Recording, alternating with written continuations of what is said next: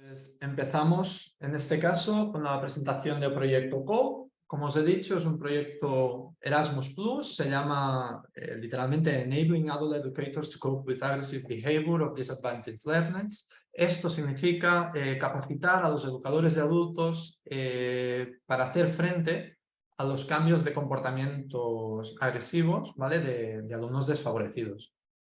En este caso, el proyecto COPE, como os he dicho, es un proyecto de cooperación, tiene una duración de 2 años, está catalogado como un proyecto de la clave 220 de la Unión Europea y en este caso pertenece a un proyecto del ámbito de educación de adultos.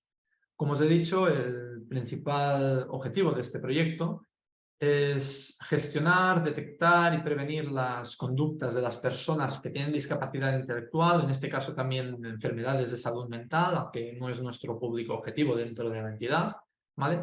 Cuando estos comportamientos se tornan agresivos, ¿vale? Y en este caso lo que se pretende es ofrecer una serie de métodos, ¿vale? Que son métodos con enfoque no invasivos, centrados en la persona, para poder lidiar con este tipo de situaciones. ¿Quién forma parte de este proyecto? Pues bien, somos un partenariado que estamos formados por 6 socios distintos, de los cuales nosotros somos 2 coordinadores, ¿vale? Y tenemos otros compañeros que también son de aquí de España, concretamente de IBI, de la localidad de Alicante, que es Blue Beehive. Por otro lado, tenemos también otro socio, que es Froditso, de Grecia, tenemos también a Artiet de Bulgaria, EduPro de Lituania y el Instituto de Sordi de Torino, de Italia. ¿Qué hacemos en este proyecto y cómo lo hacemos? Pues bien, como os he dicho, el objetivo del proyecto en sí es proporcionar este conjunto de técnicas y métodos para que los especialistas o profesionales que trabajan con personas con discapacidad intelectual puedan hacer frente y gestionar de distintas maneras los cambios de comportamiento cuando éste se convierte en un comportamiento agresivo por parte de este grupo colectivo que es objetivo del proyecto. En este caso, no solo también gestionaremos o ofreceremos este conjunto de técnicas y métodos, sino que también proporcionaremos unas herramientas, unas técnicas para construir la resiliencia emocional del profesional. Por otro lado, y más adelante, este es un punto que aún no hemos desarrollado del proyecto, es crear un curso online donde se van a poder aprender a gestionar todas estas situaciones y de los cuales esta grabación de hoy, por ejemplo, será una de las partes que cualquier persona que quiera acceder a este curso online podrá visualizar, ¿de acuerdo? Cada socio está realizando su presentación, evidentemente en su idioma nativo, y todas las personas que quieran acceder lo van a poder hacer desde la página web del proyecto, que más adelante os enseñaremos. Y por último, vamos a crear también una aplicación que va a mejorar la comunicación entre los especialistas y las personas con las que trabajen día a día, que tengan discapacidad intelectual y que el trato sea constante entre profesional y persona, en este caso, como puede ser en nuestro caso en la entidad. ¿De acuerdo? ¿Qué más? Por último, por mi parte, la base de datos, que es lo que os vamos a presentar ahora. Es una base de datos que está estructurada de una manera que se considera una herramienta online, ¿vale? Que contiene distintos artículos y estos artículos son los que nos van a ofrecer los distintos métodos o técnicas para trabajar esta agresividad que hemos comentado hasta ahora y que nos van a mostrar estos distintos métodos, así como también el de incrementar, ¿no? O construir esta resiliencia en profesionales y personas cuidadoras de personas con discapacidad intelectual. Sin más, vamos a hacer un poquito la presentación ya de esta base de datos. Vale, podéis verla perfectamente, entiendo, ¿verdad? Sí. En este caso, no os voy a enseñar ahora la página web, puesto que no es el objetivo de esta presentación, simplemente la base de datos. Ya la tenemos puesta en español. Comentaros también que estamos haciendo cambios, que aún no es la base de datos de un formato definitivo, por lo cual estaría bien que al final de la presentación os vamos a pasar también un enlace para que contestéis todos, por favor, un cuestionario de evaluación de la calidad sobre la presentación en sí, pero más que nada sobre la base de datos, ¿vale? Y si detectáis alguna cosa que deba ser modificada, si mejoraríais algo, cualquier cosa, por favor, comentárnoslo, porque vuestra opinión al final será la más importante. Quienes lo estáis viendo por primera vez, en este caso sois vosotros, ¿de acuerdo? Bien, os voy a explicar un poquito el funcionamiento de esta base de datos. Cómo funciona, qué podemos encontrar, etcétera. Bueno, en primer lugar, como podéis ver, tenemos 3 campos distintos de búsqueda, de los cuales, perdón, el primero sería el que nos ofrecerá una búsqueda más detallada, porque nos va a generar más resultados, puesto que es el buscador en sí. Y en este buscador nosotros podemos poner la palabra que queramos buscar. Si somos conocedores de algún tipo de método o queremos buscar alguna cosa en concreto, será mucho más sencillo. Si no, cualquier palabra nos puede dar resultados, a no ser que la palabra que estemos buscando no contenga ningún resultado dentro de la base de datos, ¿vale? Pongamos un ejemplo. Imaginemos que queremos buscar algún método o técnica de relajación o algo por el estilo, ¿no? Y ponemos la palabra relajación. En este caso, si vamos al buscador, nos daría todos los resultados que tengan la palabra relajación, que contengan la palabra relajación dentro de lo que es el resumen del artículo o todas las palabras que puedan estar en el título o nombre del método, ¿de acuerdo? Por ejemplo, entraríamos aquí, en lo que se llama baños de bosque. En este caso, en este resumen o en algún lugar de este método, tiene que aparecer esta palabra, relajación. ¿Cuál es el hándicap que existe? Puesto que es un proyecto europeo, los artículos todos están en inglés, ¿vale? No están en los idiomas nacionales, ¿vale? En cualquier caso, los artículos están hechos de tal forma que suelen ser artículos que puedes copiar el texto y traducirlo rápidamente en cualquier tipo de traductor, ¿vale? Para que sea más fácil. No tienen ningún derecho de copyright para poder descargar el artículo en sí, ¿vale? ¿Qué hay dentro de cada uno de estos artículos? Como podéis ver, el nombre del método de técnica, en este caso sería este. Te explica también el grupo objetivo al que va dirigido este método, el nombre del autor, por si hay interés en saber quién lo ha escrito, el método en sí, ¿vale? Que si clicamos, como podéis ver, nos redirigiría directamente a la página web correspondiente, ¿vale? Y aquí podrías descargar el texto en formato PDF, ¿vale? Algunos de los cuales directamente te redirigen a un enlace donde ya está el texto y podrías coger el texto desde allí mismo, ¿de acuerdo? Y por último, en los artículos podéis ver el resumen como tal, ¿vale? Aparte, además, podéis ver la categoría con lo que está clasificado el artículo y la etiqueta o varias etiquetas que pueden hacer referencia en este artículo, ¿de acuerdo? Esto sería el campo de búsqueda más detallado, que sería el de introducir nosotros la palabra. En este caso he puesto la palabra, si pongo solo una parte de la palabra, también nos dirige, disculpad, a la página web con los artículos que pueda contener esta parte de la palabra. Aquí, si os fijáis, aún aparecen todos los idiomas, ¿vale? El filtro evidentemente aún no está terminado, es decir, lo que haríamos sería que cuando tengamos la base de datos en español, nos busque única y exclusivamente los resultados en español. Ahora mismo, pues todos los idiomas que puedan contener palabras que contengan el término rel, nos la encontraría, ¿vale? Desde el búlgaro hasta el italiano, el que sea, ¿de acuerdo? Esto es una cosa que ya hemos tenido en cuenta y que sabemos que tenemos aún que adaptar, ¿de acuerdo?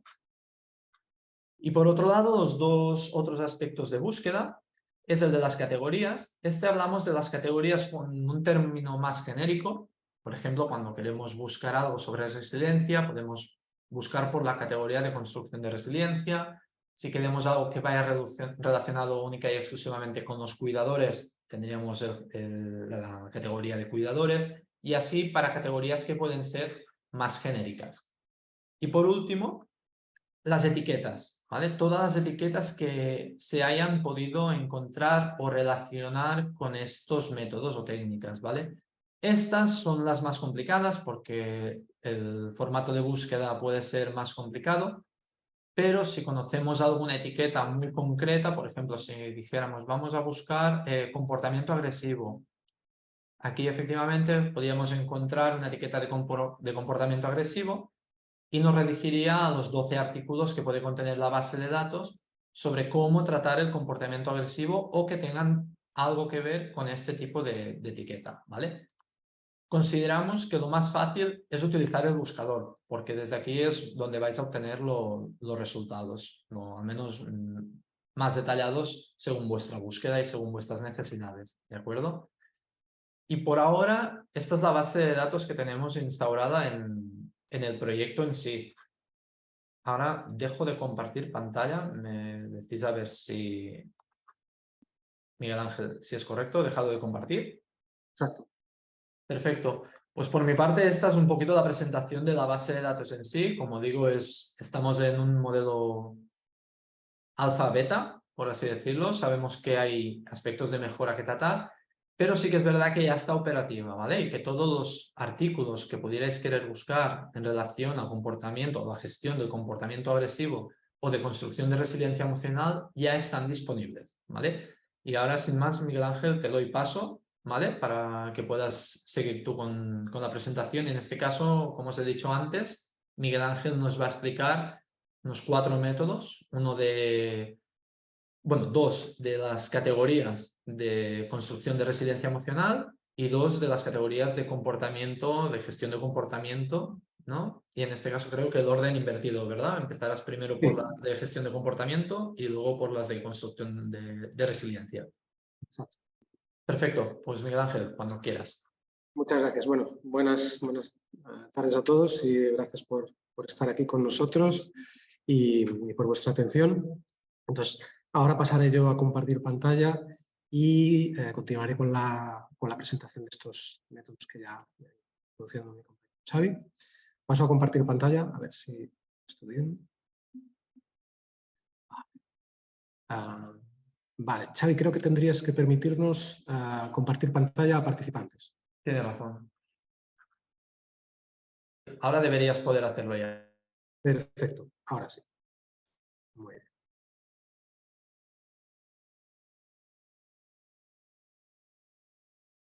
Vale, ¿tenemos la presentación en pantalla? Sí, adelante. Perfecto, muy bien. Bueno, pues os comento un poquito. Antes de pasar a ver directamente lo que son los métodos, creo que es interesante que nos planteemos un poco son las conductas, como veremos en primer lugar los métodos de gestión de conductas agresivas, para darnos a pensar un poco primero en lo que son las conductas agresivas, donde las podríamos encuadrar en este caso.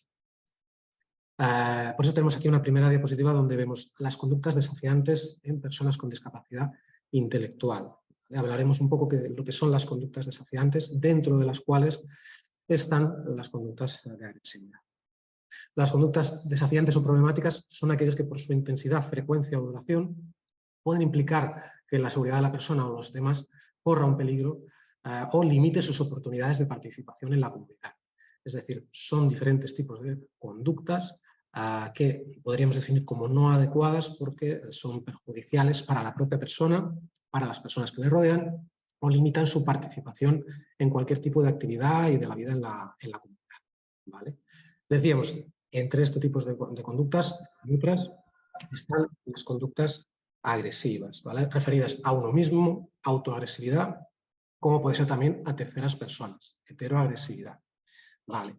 Lo más importante al tratar todo este tema que tenemos que tener claro, siempre que hay una conducta de una persona, tiene una función. Y las conductas no se dan porque sí, todo tiene un sentido y una función.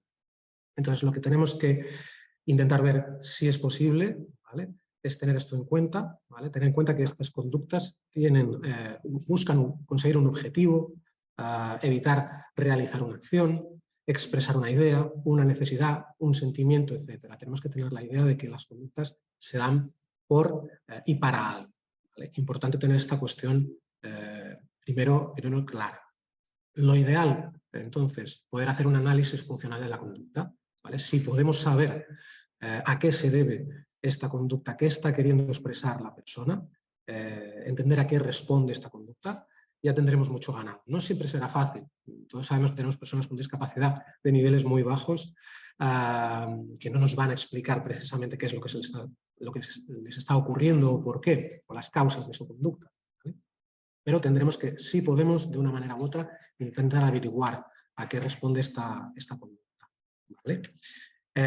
¿Por qué? Porque así podremos intentar dar unas herramientas para la persona, si esta conducta no es adecuada, para que pueda disminuir esta frecuencia o esta intensidad en esta conducta no adecuada, o incluso sustituirse por una conducta sí adecuada, que no sea un riesgo para sí mismo o para los demás. Diferentes tipos de conductas no adecuadas, por ejemplo, las agresivas. Entonces, cualquier persona con discapacidad, usuario de un servicio, etcétera, que nos vaya a plantear una conducta no adecuada, como las agresivas, si sabemos a qué se debe, podremos dar más fácilmente unas herramientas para dar el apoyo a esta persona. Tener en cuenta que cuando se da una conducta es para expresar algo y tenemos que intentar dar las herramientas para que la persona exprese esto de una forma que sea correcta para él y para los demás. Entonces sería un poquito el primer punto a tener en cuenta antes de poder directamente pasar a ver cómo vamos a gestionar estas cosas. Vale. Entonces, formas de poder gestionar estas conductas agresivas, estas conductas desafiantes. Tenemos una primera metodología, que sería el apoyo activo, ¿vale? Todas estas metodologías, como comentaba mi compañero Xavi, están centradas en la propia persona, están centradas en la perspectiva de la planificación centrada en la persona, en la que la persona es el centro del proceso, ¿vale? Y a partir de ahí se construyen todos los apoyos que les vamos a prestar las personas que estemos, digámoslo así, a su lado, ya sean apoyos naturales, familiares o profesionales, como sería nuestro caso. Entonces, teniendo en cuenta esto, que la persona está en el centro, la consideración es diferente. El apoyo activo, primera metodología que tenemos en este aspecto, está muy relacionada con la planificación centrada de la persona y con el apoyo conductual positivo, que es otra gran metodología para poder prestar apoyos a personas, apoyos en general, no solo en conductas problemáticas, sino apoyos en general, ¿vale? Que no sean de forma reactiva, de forma coercitiva o negativa para la persona. Bueno, pues veamos un poquito de qué se trata el apoyo activo. Esta es una metodología que ayuda a las personas con discapacidad intelectual a que puedan participar de forma activa en todos los ámbitos de su vida. Cuando hablamos de participación aquí no nos referimos solo a las típicas actividades que todos podemos tener en mente, más relacionadas con el ocio muchas veces o con cosas divertidas, sino a todas las actividades de la vida de una persona. Todo lo que una persona está realizando es en el fondo una actividad. Actividades de la vida diaria que pueden ser muy básicas o más complejas, básicas, instrumentales, avanzadas, etc. Bueno, pues trataremos de dar este apoyo activo, ¿vale? En todos los ámbitos de la vida de la persona. Son una serie de técnicas y herramientas por las cuales la persona, como decimos, es el centro del proceso de apoyo. El personal, las personas que estemos realizando el soporte a la persona con discapacidad, no realizaremos la tarea, sino que trataremos de, en la medida de lo posible, la persona participe activamente en esta actividad que tiene que realizar y no sea un sujeto pasivo. La cuestión es esa, dar el apoyo justo, ¿de acuerdo? Entonces, mediante esta participación, cuando la persona está participando, estamos haciendo un proceso de prevención, sobre todo es un método de prevención primaria, ¿vale? Estamos aumentando las oportunidades para un comportamiento adaptativo y reduciendo, en principio, las conductas desafiantes, como por ejemplo las agresivas. Bueno, cuando aumentan los niveles de participación de la persona, en principio han de disminuir la frecuencia e intensidad de estas conductas desafiantes o, entre ellas, las agresivas. Bueno, es muy sencillo. Sobre todo, lo vemos mucho en personas con discapacidad de un nivel más bajo, pero es aplicable en general. Cuando una persona con discapacidad está sin hacer nada mucho tiempo, digámoslo así, la probabilidad de que haya conductas problemáticas es mayor, se incrementa. Cuando la persona está implicada en lo que se sucede en su vida, por eso decimos que es un tema de planificación centrada en la persona, y hay altos niveles de participación en la actividad, en actividades que sean significativas para esa persona, y eso lo tenemos también que transmitir un poco nosotros, recibe un refuerzo, ¿vale? Además, por nuestra parte, es probable que esta persona reduzca sus conductas desafiantes, consiguiendo desarrollar otras conductas alternativas. Es decir, estamos dando un apoyo para realizar cualquier actividad, la persona está activa, la persona participa en la medida que pueda, aunque sea muy poquito, ¿vale? Se siente útil, se siente bien, se siente atendido, se siente escuchado, se siente considerado, se siente digno y no se considera un sujeto pasivo, bueno, el cual alguien pues, le da unos apoyos pero sin contar. ¿De acuerdo? Entonces sería un poco la cuestión principal, la idea principal. Cuanto más activa está la persona, mejor se siente, más atendida, su bienestar emocional en principio tendría que subir y disminuir las conductas problemáticas como la agresividad. Esto no quiere decir que solamente con esto vayamos a solucionarlo todo, pero sí que es una cuestión de probabilidades. Si una persona no participa activamente, hay muchas más probabilidades de que haya. Si participa activamente, mejora su estado de ánimo, disminuyen estas probabilidades de que haya conductas problemáticas. Pero ya digo, después hay que ver cada situación y cada persona. Vale. ¿Cómo funciona? ¿En qué se basa este apoyo activo? ¿En qué principios? Pues lo que estamos comentando. Sobre todo, cada momento es una oportunidad potencial de participación. Hay que huir de los momentos vacíos. Eso no quiere decir que las personas no tengan un momentito para poder descansar. Sí, pero no estar de una forma pasiva, sin estar haciendo nada. Personas de nivel bajo que se encuentran sin hacer nada en un determinado momento, todos sabemos que empiezan a pensar en las cuestiones que ellos tienen como prioritarias. Son personas, muchas veces, personas con discapacidad intelectual obsesivas, rígidas, con pocos temas para tratar. Entonces, bueno, pues puede aparecer un malestar interior que nosotros ni siquiera estemos detectando, porque la persona está tranquilamente sentada o está siendo asistida por nosotros, no comenta nada, pero mientras tanto está sintiendo, está pensando cosas, ¿vale? Si nosotros damos la oportunidad de participar, rompemos ese ciclo y, bueno, pues las cosas pueden ir un poquito mejor. Con lo cual, ofrecer oportunidades de participación frecuentes y breves, es decir, participación frecuente. Tenemos que romper esos momentos largos de pasividad o de no actividad. Entonces, si estamos ayudando a una persona a vestirse, darle la oportunidad de que en la medida que pueda participar, aunque sea muy brevemente, un momentito, una pequeña indicación, un pequeño gesto, ¿vale? Hacia él y de él hacia nosotros, que participe en la medida que pueda.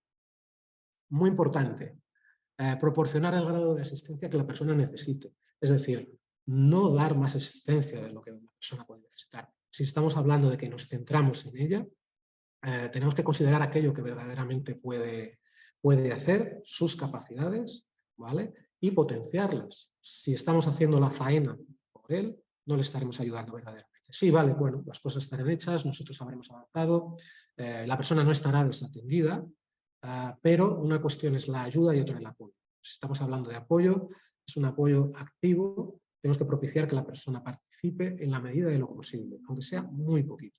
Entonces, si damos una asistencia excesiva, estaremos restando oportunidades de participación para la persona. Si nosotros lo hacemos todo, la persona pues no participa y es un sujeto pasivo, que es justo lo contrario de lo que deseamos. Importante, si tenemos a veces situaciones de poco tiempo, mucho trabajo, aún así hay que intentar buscar pequeños momentos para evitar asistir en exceso a alguien sin necesidad.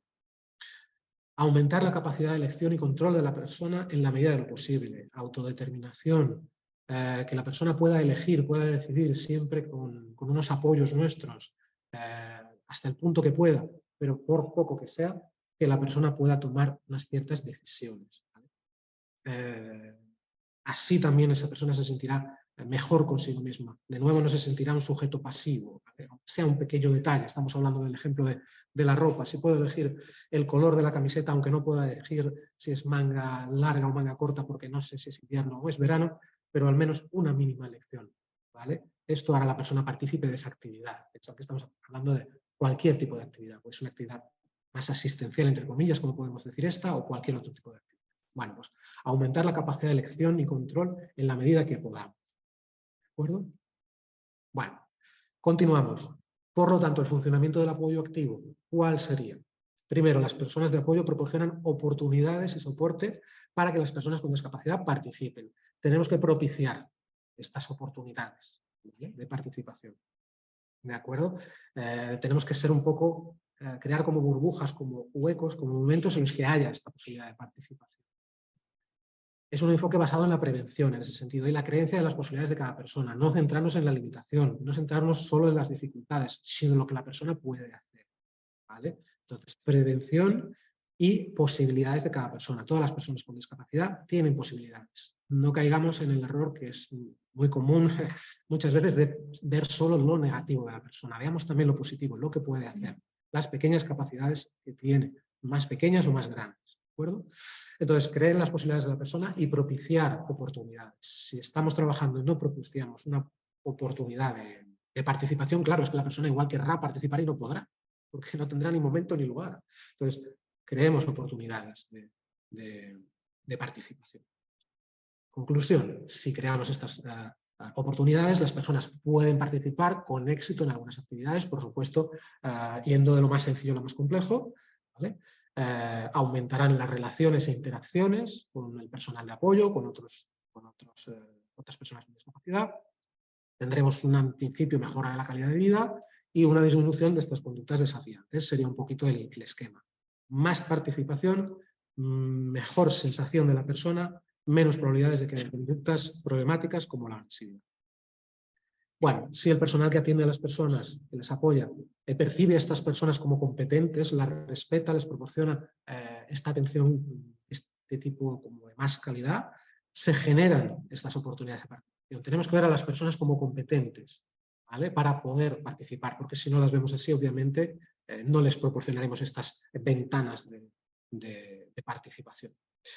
Si las personas tienen esto, entonces tendrán mayor control y tendrán más oportunidades de contribuir a estas actividades, a participar en estas actividades. El personal de apoyo, ¿cómo se sentirá? Confiará más en sí mismo y se verá cada vez más capaz de intentar cosas, entrar en un ciclo positivo en ese sentido. Bueno, pues confío más en la persona y confío en mí, podemos intentar nuevas actividades, nuevas participaciones, cada vez podremos ver nuevas pequeñas formas de participar. Entonces, el personal de apoyo en ese sentido será más proactivo, tendrá una actitud más preventiva y menos reactiva, menos esperar a que las cosas pasen para actuar, sino al contrario, actuar antes, ¿vale? Más creatividad a la hora de idear esas ventanas, decíamos, de participación y una mejora en la interacción, una mejor comunicación, incluso un mejor trabajo en equipo con otros compañeros. Bueno, la cuestión es verse también a uno mismo como un facilitador del entorno.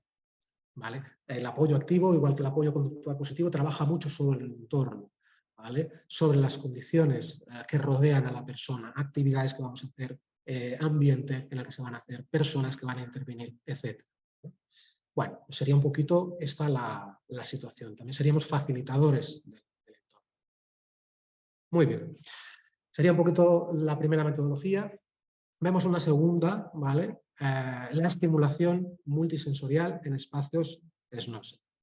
Cambiamos un poquito de registro y os explico un poco, aunque muchos ya lo conoceréis, en qué consiste la estimulación multisensorial en los espacios SNOSE. Bueno, cuando hablamos de estimulación multisensorial, nos referimos sobre todo a una serie de técnicas mediante las que intentamos proporcionar estímulos visuales, auditivos, somáticos, etcétera, en un entorno controlado, normalmente en las salas SNOSE. ¿Cuál es la intención de proporcionar todo esto? Es una metodología que tiene muchas posibilidades, ¿vale? Entre otros objetivos, sobre todo, uno de los principales, la relajación de la persona. Provocar cambios en la conducta de la persona mediante estos entornos de estimulación que pueden ser en muchas ocasiones una intención relajante, ¿vale? Adquirir nuevos aprendizajes, por supuesto, siempre en todos los contextos podemos estar aprendiendo cosas a nivel cognitivo, atención, pensamiento, etcétera. Podemos trabajar todo esto. Comunicación, tener un espacio adecuado a comunicación, habilidades sociales, lenguaje, etcétera. Podemos trabajar muchas cosas. Bueno, conceptos no se leen. Una palabra un tanto curiosa para nosotros, creada por dos personas de Holanda, ¿vale? Albert Heuvel y Jan Husege, en Holanda en 1987. El origen de la palabra parte de dos palabras. Esta palabra es una composición de dos. Una es nuffelen, que significa absorber por la nariz, oler, y la otra doselen, que significa dormitar o estar calmado, estar relajado, ¿vale? Esta es la combinación, Snoezelen sería la fusión de estas dos palabras. ¿Cuál es la intención en ese sentido? Bueno, estas personas cuando empezaron a trabajar con personas con discapacidad graves, plurideficiencias, etcétera, era sobre todo ofrecer a estas personas con discapacidad la posibilidad de disfrutar de momentos de relajación mediante la estimulación de diferentes sentidos. Eran personas pues, que en época podían estar en diferentes situaciones, pero no tenían una adecuada estimulación. Hay que decir que esta estimulación sensorial o multisensorial se puede aplicar a cualquier persona, no ha de ser únicamente para personas con discapacidad. Podemos aplicarla para personas mayores que pueden tener procesos de comienzo de procesos de demencia, por supuesto en niños para hacer estimulación temprana, atención temprana, etcétera. Es decir, no es exclusivo de personas con discapacidad, pero sí que tiene un gran efecto también en las personas con discapacidad. Muy bien. Bueno, estimulación sensorial en espacios Snoezelen, ¿de acuerdo? En la intervención Snoezelen, ¿dónde se llevará entonces a cabo? Pues en una sala o habitación especialmente diseñada para ello, con diferentes elementos técnicos para realizar dicha estimulación. La cuestión en el sentido del concepto Snoezelen, ahora tenemos aquí una sala sensorial, ¿no? ¿Vale? Se puede realizar en estos espacios, pero lo interesante de esta metodología es la filosofía, el concepto que tenemos que tener. No es tanto los elementos técnicos, que sí, cuanto más técnica, más podremos ajustar todo, muchísimo, muchísimo mejor, ¿vale? Pero no es realmente la técnica, no es quizá lo más importante, ¿vale? Sino la filosofía de trabajo, que sepamos trabajar en ese sentido con esta filosofía. Si somos conscientes de que la estimulación sensorial es tan importante para las personas, para los seres humanos, y la utilizamos de forma adecuada, podremos conseguir nuestros objetivos.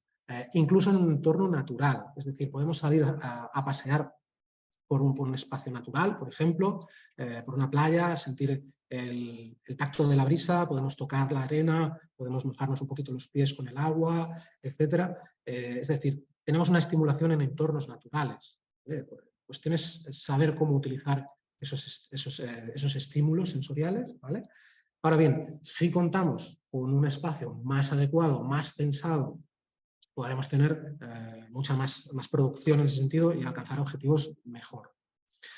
Entonces, en una sala sensorial hay diferentes tipos, ¿vale?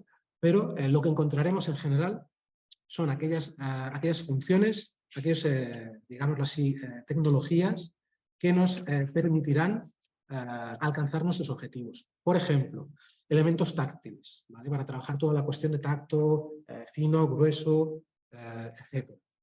Elementos de vibración para trabajar el sentido, digámoslo así, más propioceptivo, ¿vale?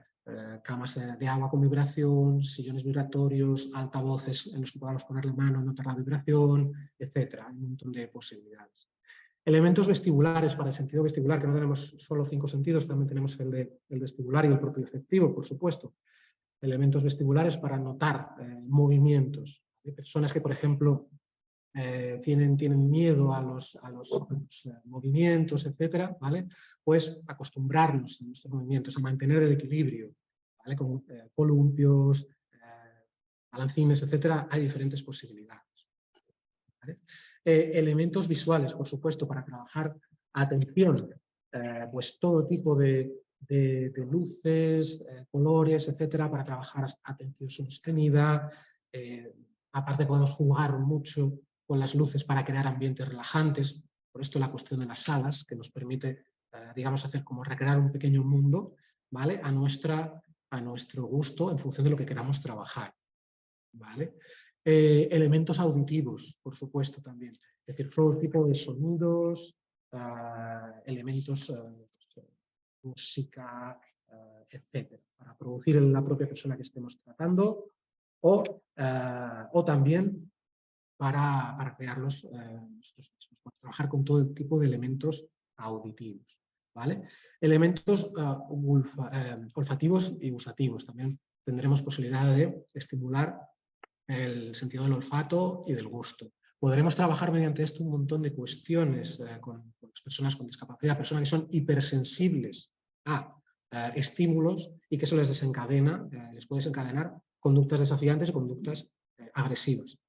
O, al contrario, personas que son, en lugar de ser hipersensibles, son hiposensibles, es decir, tienen muy poca sensibilidad, ¿vale?, a estímulos. Bueno, pues intentaremos equilibrar estas cuestiones y, por supuesto, proporcionar calma a las personas con discapacidad. En muchas ocasiones, en las instituciones en las que se trabaja con personas con discapacidad hay una sobreestimulación, muchos compañeros, mucho sonido, mucho ruido, mucho ir de aquí para allá. Eso también a veces, esta sobreestimulación produce malestar, puede producir agresividad. Bueno, si podemos establecer un programa en el que determinadas personas que veamos que pueden ser propensas a eso, sobre todo, puedan tener sus espacios de desconexión, de calma, simplemente un espacio para poder relajarse, entonces estupendo. El trabajo, la idea, si se puede, es que sea individualizado para afinarlo más, pero bueno, se pueden trabajar también con grupos en función de cómo se puedan plantear, 2 o 3 personas a veces como máximo, en función de la sala, etc. Pero bueno, la cuestión es un poquito esta idea, ¿vale? Proporcionar también un espacio de relajación. Por lo tanto, como hemos estado comentando, bueno, pues tendremos que, ¿cómo intervendremos en ese sentido? ¿Cómo nos lo plantearemos? Pues tendremos que estimar un número de sesiones, ¿vale?, prepararlas con un objetivo concreto, ¿vale?, para la persona con la que vayamos a intervenir. Tendremos ahí el Sensory Profile, que es un test que mide el perfil sensorial que tiene la persona, ¿vale? Podemos ver qué necesita más esa persona a nivel sensorial. Preparar las sesiones con unos objetivos concretos. Vamos realizando observaciones, por supuesto, registros, una evaluación continua, etcétera, y ver los cambios comportamentales, progresos, evaluación, análisis de resultados, etcétera. En función de cómo vayamos yendo, podremos ir actuando. Bueno, pues es lo que decimos, esta aplicación de estímulos en personas con discapacidad, la idea es que sea una terapia, una mejora en su calidad de vida. Podemos conseguir mejoras en su autonomía, en su tolerancia a estímulos, lo que decíamos, etcétera. Una mejor gestión emocional, todo va un poquito encadenado. La idea sería esto, mejorar la reacción a estos estímulos sensoriales y, en muchos casos, también aumentar el nivel de relajación y de bienestar de la persona. Así, en principio, podríamos reducir la posibilidad de que aparezcan autolesiones, agresividad, etc. Sobre todo con personas con unas dificultades con un nivel un poquito más bajito, pero en general esto no tiene por qué ser exclusivo de personas con un nivel más bajo, pero son personas que responden bastante a la estimulación sensorial.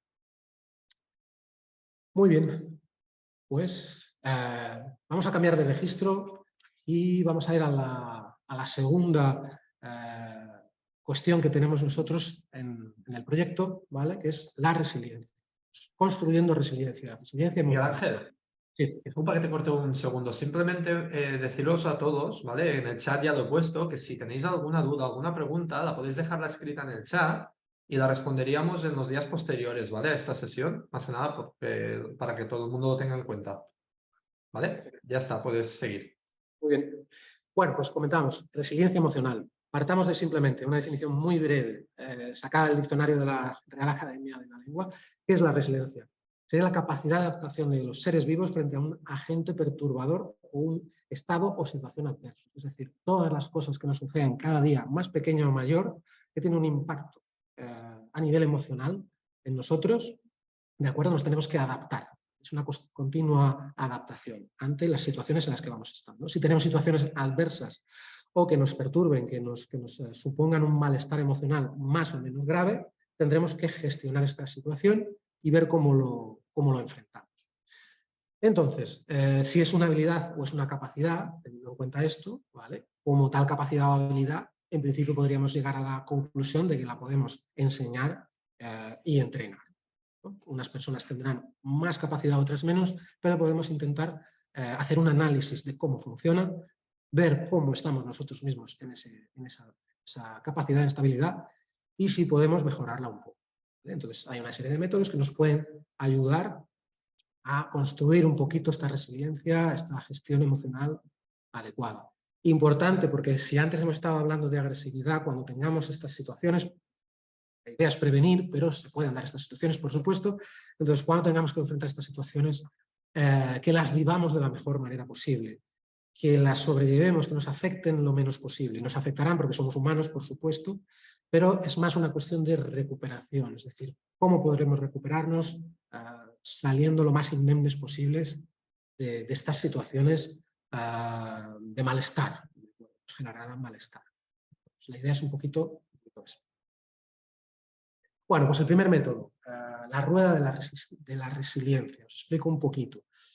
Este método sería, después veremos un segundo método que es más individual, puede hacerse el equipo también, este método es quizá más para trabajar con personas. Fue creado por Henderson y Milstein en el 2003 y es un método para promover la resiliencia aplicable en el entorno familiar, escolar o en cualquier otra institución educativa o de la comunidad, ¿vale? Es decir, mediante 6 pasos. Sería interesante, este método es interesante trabajarlo con varias personas, una persona que podría actuar un poquito como facilitador, digámoslo así, e ir instruyendo a las personas participantes en la construcción de su resiliencia. Vamos a ver estos 6 pasos y los iremos desgranando para ver, bueno, pues cómo nos pueden ayudar. En primer lugar, enriquecimiento de vínculos, promover relaciones entre personas y un clima positivo en el entorno. Bueno, si vamos a trabajar juntos, vamos a gestionar situaciones difíciles, emocionalmente complicadas, lo mejor es que tengamos una buena relación, si puede ser, entre personas y un clima de trabajo positivo. Así podremos enfrentar mucho mejor las situaciones complicadas. ¿De acuerdo? Es decir, es promover este clima. Hasta ahí entraríamos en una cuestión que, bueno, pues a la hora de pensar en trabajo en equipo o del buen ambiente que todos queremos trabajar y tener en el trabajo en general, ¿vale? Nos casaría bastante. Pero si podemos enriquecer los vínculos que hay entre las personas, mucho mejor, ¿vale? Conocernos más, compenetrarnos mejor, no nos tenemos que caer todos bien a todos, pero sí poder tener una cierta comunicación a la hora de trabajar y enfrentar las situaciones. Con un clima positivo. Un entorno con un clima positivo siempre será mucho más agradable y nos permitirá enfrentar las situaciones complicadas mejor. Vale, punto 2. Establecimiento de límites claros y firmes. Cuando trabajamos tenemos que tener una serie, digamos, apoyo a personas con discapacidad, tenemos que tener claro lo que podemos hacer y lo que no. ¿Vale? Está claro, tener unas normas de funcionamiento. No quiere decir que las normas tengan que ser limitadoras. Algunas normas, al contrario, lo que hacen es estimular y realizar acciones. ¿Vale? Pero sí tendremos que tener claro lo que podemos hacer y lo que no. Entonces, las personas tenemos que tener pautas de comportamiento claras, sobre todo que busquen una cooperación, sentirnos parte de un grupo. ¿De acuerdo? Vamos a trabajar todos para llegar a un objetivo común. En un grupo tenemos que sentirnos parte del grupo, un grupo cohesionado y tener un objetivo común. Si no tenemos un objetivo común claro, no somos un verdadero grupo. Entonces, pautas claras, límites claros, un reparto de la faena, cada uno ha de saber lo que ha de hacer, cooperando, colaboración, cooperación. En general, hay momentos en los que la competición puede ser productiva, pero en general la colaboración, el trabajo en equipo es muy, muy importante. Si todos vamos a una y nos damos soporte mutuamente, podremos enfrentar mucho mejor las situaciones complicadas y recuperarnos antes de ellas. Es decir, cuando nos tengamos que recuperar, nos podremos dar soporte unos a otros, ¿vale? Porque somos un grupo. Bueno. Punto 3. Enseñanza de habilidades para la vida. Pensamiento crítico y actividades de resolución de problemas. Por supuesto, vamos a tener que enfrentar situaciones difíciles. Enfrentar situaciones de agresividad, hemos visto un par de métodos, ¿de acuerdo? ¿Vale? Tendremos que resolver problemas en ese aspecto. Pero a otro nivel, también tendremos que tener unas habilidades para resolver incluso no ya el problema que tengamos entre manos, sino cómo nos sentiremos nosotros. Entonces, actividades y habilidades de resolución de problemas, ¿vale? Para poder tener un método de actuación ante las situaciones. Y un pensamiento crítico. Hacernos un juicio, pararnos a pensar sobre las cosas y no actuar sin más. ¿Vale? Tendremos que tener una cierta distancia sobre las situaciones, sobre lo que ocurre, sobre nosotros mismos, sobre cómo actuamos nosotros en las situaciones, sobre cómo nos sentimos. ¿De acuerdo? Entonces, tener estas habilidades es muy útil. Bueno, estos 3 primeros factores serían una parte de la rueda. Después pasaríamos a los otros 3. Ahí veis un poquito que ya tenéis en la imagen que estos puntos intentan disminuir factores de riesgo en el propio ambiente. Entonces, punto 4. Brindar apoyo y soporte, afecto, cariño. Es decir, fomentar la sensación de pertenencia, solidaridad y colaboración. Toca con el punto de sentirse grupo.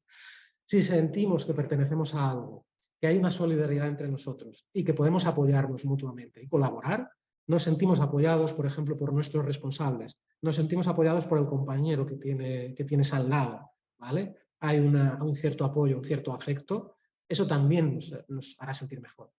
Es decir, estamos hablando de cosas muy personales, pero que todos tenemos, ¿no? La necesidad de sentirnos estimados, de sentirnos, digamos así, de sentir afecto por las personas con las que nos rodeamos, ¿no?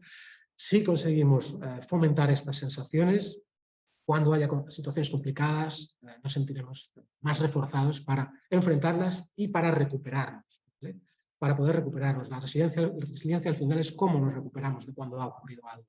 Entonces nos recuperaremos mejor, más rápidamente y con menos secuelas si tenemos esta sensación de pertenencia, de solidaridad y de colaboración con nuestros compañeros.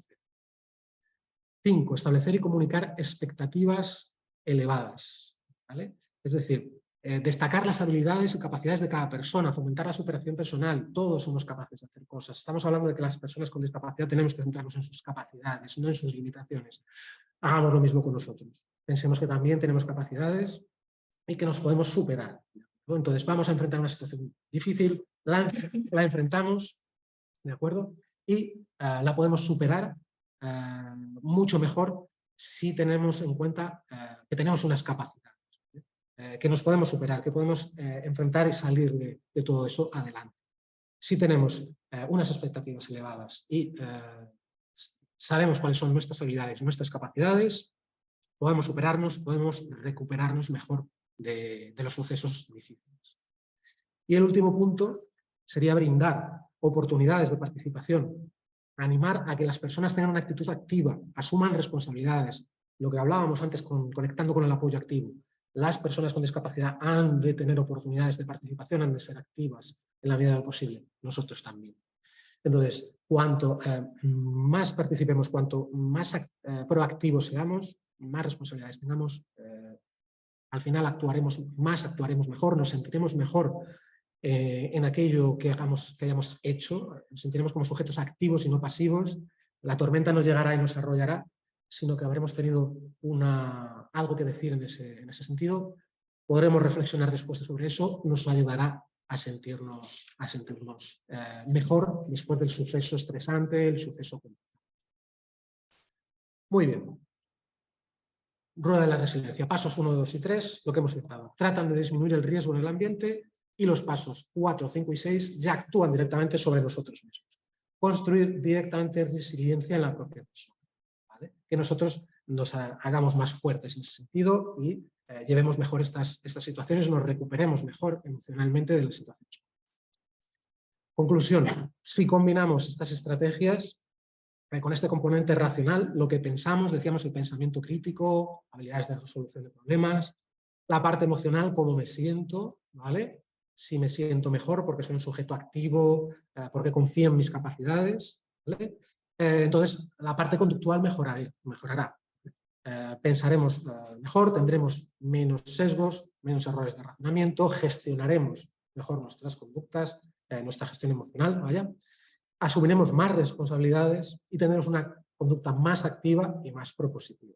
Todo este conjunto de cuestiones es los que verdaderamente nos ayudarán a ser más propositivos y a tener una mayor resiliencia. Muy bien, modelo 2, modelo ABC de pensamientos y sentimientos. Este modelo también habla de pensamientos y sentimientos, ¿vale? Sobre todo pone atención en cómo pensamos y cómo interpretamos las situaciones. Se basa en la terapia racional emotiva del doctor Ellis, ¿vale? Es una terapia clásica en psicología. Bueno, pues adaptando esta situación nos puede servir también para construir resiliencia.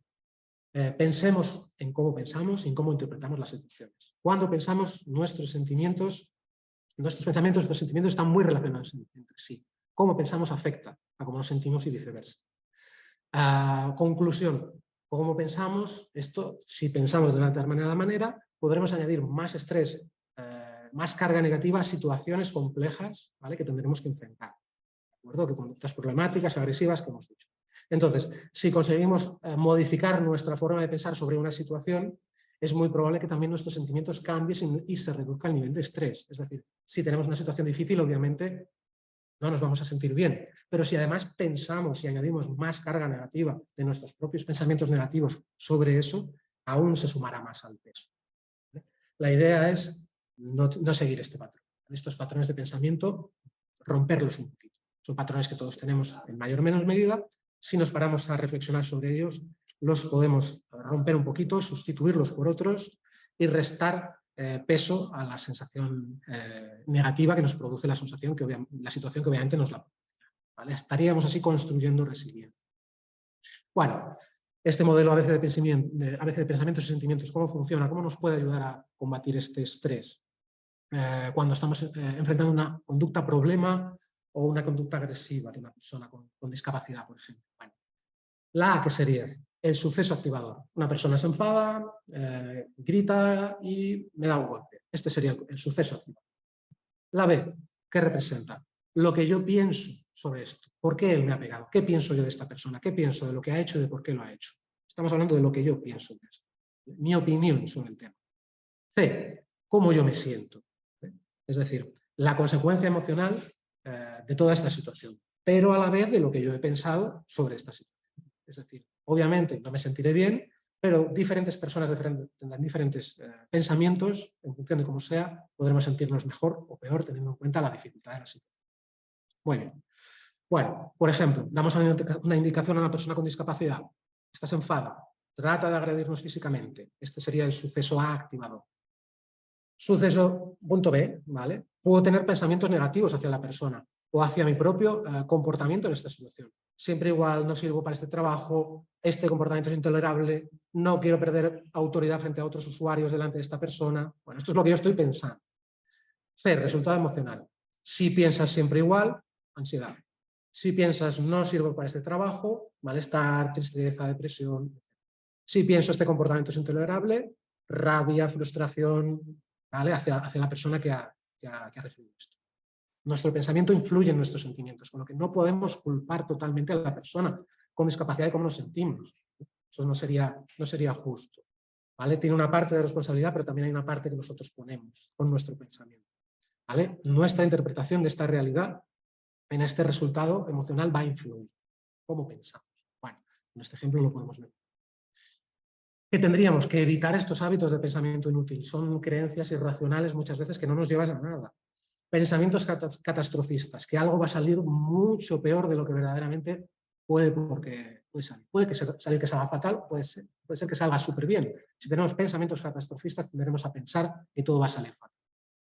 No aceptar la realidad y desear que las cosas fueran diferentes. Principio de realidad. Aceptemos que las cosas muchas veces son de una manera y nosotros no las podemos controlar.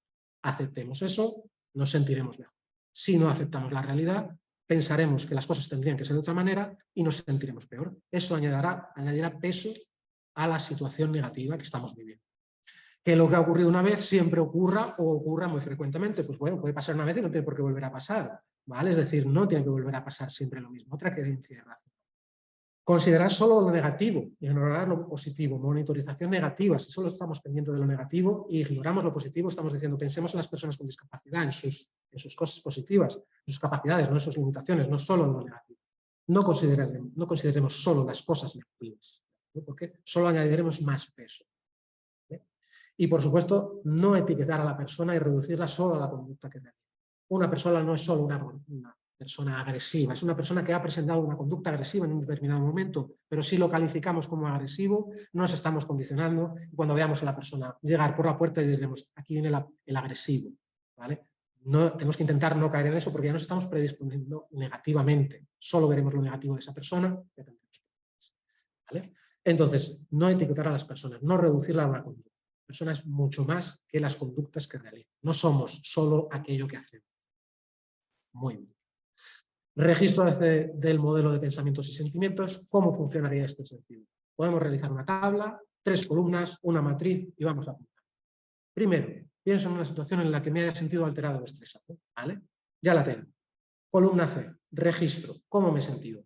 Triste, rabioso, frustrado, asustado, consecuencias emocionales. Columna A, anoto qué activó eso. Un enfado, un grito, una agresión de una persona con discapacidad, anoto el suceso, lo que ha ocurrido. Y después en la columna B, registro lo que pienso sobre lo que ha sucedido, cómo lo interpreto. Es decir, ¿qué pienso yo acerca de eso? Pienso que esta persona es agresiva, pienso que siempre ocurre lo mismo, pienso que yo no sé trabajar en esto, ¿vale? Es decir, tengo que pensar sobre mis propios pensamientos acerca de esta situación. ¿De acuerdo? Bueno, pues registramos en la columna B aquello que ha sucedido, cómo lo interpreto. Bueno, hasta ahí ya tendríamos un registro, una semana, un mes, bueno, que veamos, ¿no? Muy bien. Este registro, lo que decía, lo hacemos durante un tiempo concreto en el que puedan producir estos sucesos negativos, por ejemplo, a lo largo de una semana. Al finalizar este periodo, revisamos lo que hemos pensado. Nos paramos a pensar sobre lo que nosotros pensamos, ¿vale? Y entonces a continuación cuestionamos esta forma de pensar y añadimos una columna más a la tabla, la D, ¿vale? La columna D. Y aquí esta columna es la nueva, la que rellenamos con una explicación o interpretación de lo ocurrido alternativo. ¿Vale? Es decir, vamos a pensar, igual esta persona no es agresiva y esa persona estaba mal, tenía un malestar físico y por eso se enfadó ese día y me quiso pegar, ¿vale? Entonces no tengo que pensar que es una persona agresiva, sino que ese día se comportó agresivamente porque no se sentía bien, ¿vale? Es una reinterpretación, ¿vale?, de nuestro propio pensamiento. Nos lo paramos a pensar más despacio y podemos decir, ostras, quizá hay otra interpretación de este suceso, algo que se me escape, me falta información para atribuir esta situación. ¿Vale? O yo hice lo que pude, no lo hice tan mal, si estoy pensando negativamente hacia mí. Bueno. Entonces, la cuestión en este sentido es ir revisando, ¿vale? Vamos revisando todo esto. Cambiamos nuestra forma de pensar e interpretar las situaciones problemáticas de la agresividad en personas con discapacidad. Así reduciremos nuestros sentimientos negativos, nuestras emociones negativas, que asuman más peso a lo que ya es difícil de por sí. Podremos entonces reaccionar mejor a estas conductas y prestar apoyos de más calidad y sobre todo sentirnos mejor con nosotros mismos y recuperarnos más fácilmente de situaciones difíciles que las habrá. Pero así podremos vivirlas de una forma menos traumática, recuperarnos mejor de ellas. Es un poquito la intención de este método de autorregistro. Decíamos, es un método más individual que el anterior, que era un poquito más en equipo.